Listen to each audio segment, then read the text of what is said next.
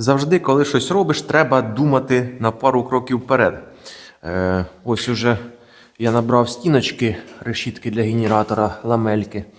А вони мають ось такий от згин. От.